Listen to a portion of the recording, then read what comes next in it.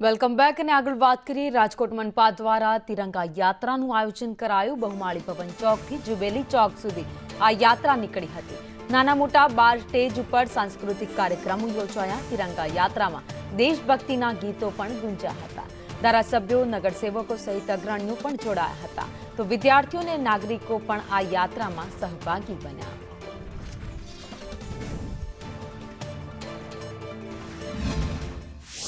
રાજકોટમાં તિરંગા યાત્રાનો પ્રારંભ થયો છે અને આપણી સાથે ગણમાન્ય લોકો છે। ઉદયભાઈ, શું કહેશો તિરંગા યાત્રા? ખૂબ આનંદ છે, ઉત્સાહ છે, બધાને ખૂબ ખૂબ શુભકામના। અને તિરંગા યાત્રા આજે રાજકોટમાં ભવ્ય રીતે ઉજવાય છે। સ્વાતંત્ર્ય પર્વની ઉજવણીના ભાગરૂપે લોકોમાં ખૂબ જ રાષ્ટ્રીય પર્વની ઉજવણી માટેનો ઉત્સાહ છે, આનંદ છે અને દેશ માટે કરી છૂટવાની ભાવના દરેક નાગરિકને છે। એના ભાગરૂપે યોજાયેલા આ તિરંગા યાત્રા રાજકોટમાં ખૂબ જ સફળ રહી છે। તિરંગા યાત્રા રાજકોટ મહાનગર દ્વારા યોજાઈ રહી છે।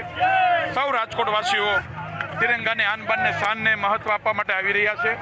સૌને શુભકામના પાઠવું છું। આદરણીય મોદી સાહેબનું હર ઘર તિરંગા અભિયાન છે, એ ખરા અર્થમાં રાજકોટવાસીઓએ પોતાનું અભિયાન ગણીને તિરંગાનું સન્માન આપવા માટે આવી છે।